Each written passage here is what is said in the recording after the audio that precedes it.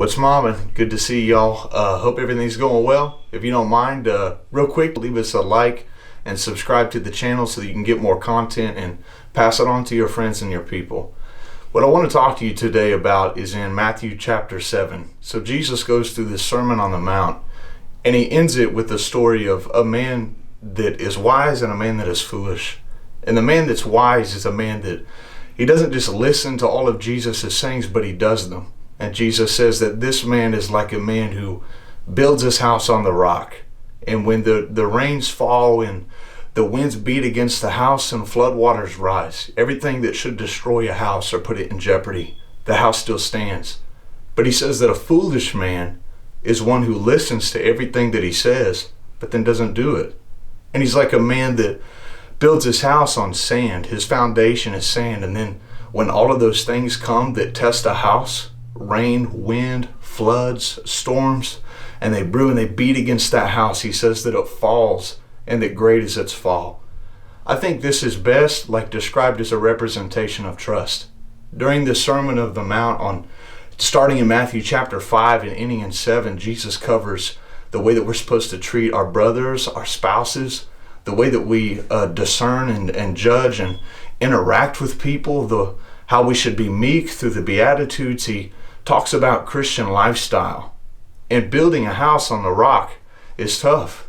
Carving a stone out of a foundation out of stone is tough, right? It's hard stuff. And I think that's why he said that narrow was the way and hard is the gate that leads to life. There's few that go into it.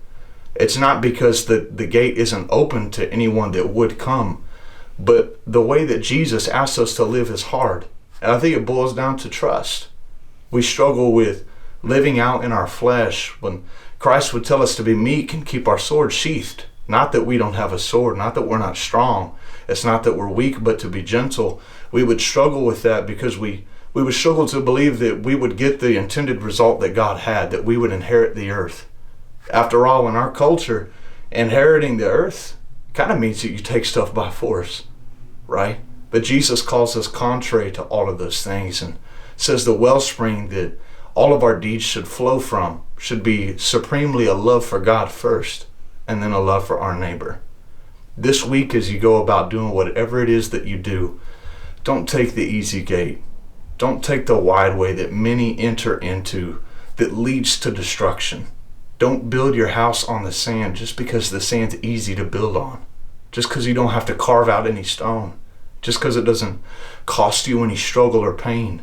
But it is in the fellowship of Christ's sufferings that you attain to resurrection power. Do it as Jesus says to do it, no matter how hard it is. And don't just do it absent-mindedly, but do it with Christ in mind. Fellowship with his sufferings. Image his love to this world around you.